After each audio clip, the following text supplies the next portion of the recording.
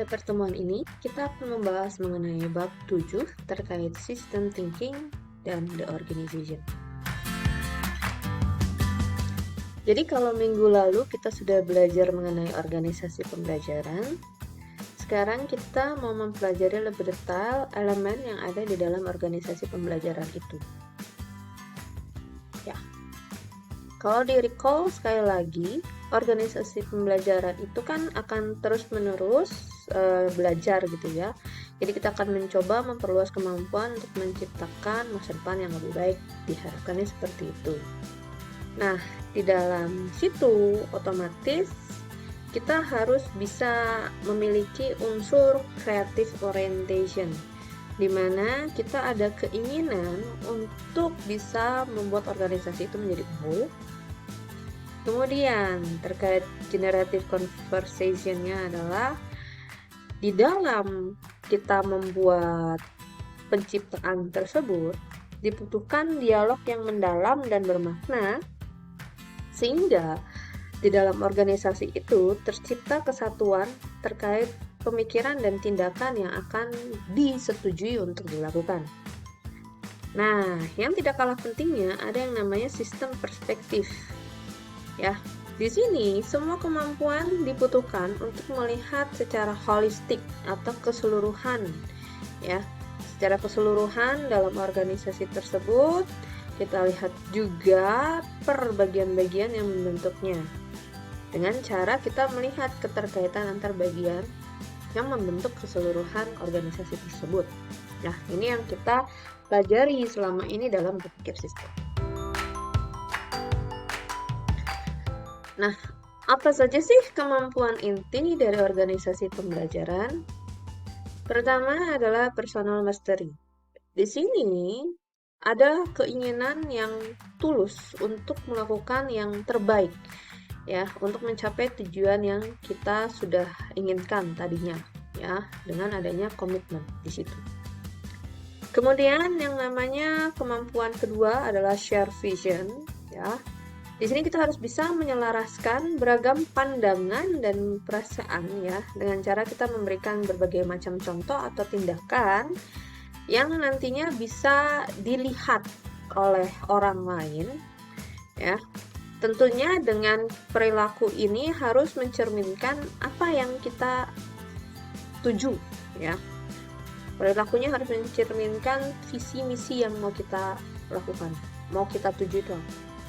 Ya, dari situ secara tidak langsung orang akan bisa melihat dan bisa mengetahui, dan secara tidak langsung biasanya kalau manusia itu akan melakukan hal yang hampir serupa dengan yang kita lakukan ya, dengan orang yang dia lihat sebelumnya.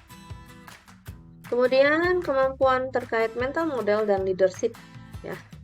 Ingat, mental model itu kan berasal dari keyakinan, asumsi dan perasaan yang membentuk tindakan dan pandangan kita. Ya, dimana seorang pemimpin itu harus bisa berikan mental model yang positif sehingga itu bisa menular ke yang lain seperti itu. Nah, kemudian kemampuan berikutnya adalah team learning dan dialog. Dialog itu merupakan sebuah eksplorasi ya, kita mengeksplor masalah yang kompleks itu untuk kita lihat ya, kita bisa mendengarkan pandangan dari orang lain gitu ya.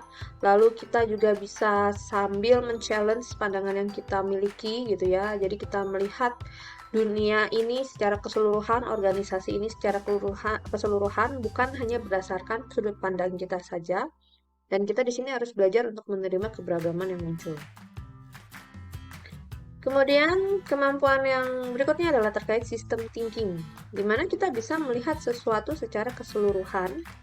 Karena ingat, sistem itu berinteraksi antar bagian, ya, bukan total dari setiap bagian yang ada, tapi interaksinya. Di sini kita ada video, nanti kalian silahkan mempelajarinya di dalam Google Classroom. Nah, karena kita berbicara tentang sistem thinking ya, di sini otomatis harus bisa belajar secara rapid team learning, secara cepat. ya. Intinya, sebuah organisasi harus dapat mengatasi sebuah keputusan tanda kutip kritis yang krusial dengan cara yang cepat. Ya, di sini kalian bisa lihat contoh kasusnya itu Blackmagic Team New Zealand's American Scap Story ada di halaman 144 buku kalian. Nah, di situ case itu udah menerapkan step-step yang memang harus dilakukan di dalam sistem thinking, ya. Pertama, mendefinisikan masalah atau situasi yang muncul. Kedua, mengidentifikasi variabel kunci. Di sini jangan lupa, bukan hanya men-state variabelnya, tetapi kita harus juga men-state pengertian dari variabel tersebut. Misalnya, menu makanan gitu ya. Maksudnya apa? Jumlahnya kah? Kuantitasnya kah? Variasinya? Atau seperti apa? Gitu ya. Kemudian yang 3, identifikasi perilakunya ya dalam behavior over time dari si variabel tersebut. Terus yang keempat, kita buat causal diagramnya atau CLD-nya. Dan jangan lupa ketika kita membuat CLD secara tidak langsung sebenarnya akan muncul yang namanya yang kelima, sistem archetype. Identifikasi sistem archetype apa yang muncul di situ. Yang keenam, dari sistem archetype itu berarti kalian tahu dong secara tidak langsung ya hal-hal yang mungkin akan berpengaruh signifikan gitu ya. Nah, di sini kan kita pasti akan buat yang namanya dynamic modeling. Nah, di dalam dynamic modeling kita bisa semakin menguji lagi apakah benar variabel tersebut yang memang sangat signifikan berpengaruh sehingga kita bisa menentukan yang namanya key leverage point. Kemudian yang ketujuh, kembangkan strategi intervensi dari hasil dynamic modeling yang dilakukan. Lalu yang kedelapan, kita terapkan strategi dari hasil strategi intervensi yang sudah kita pikirkan itu sebelumnya.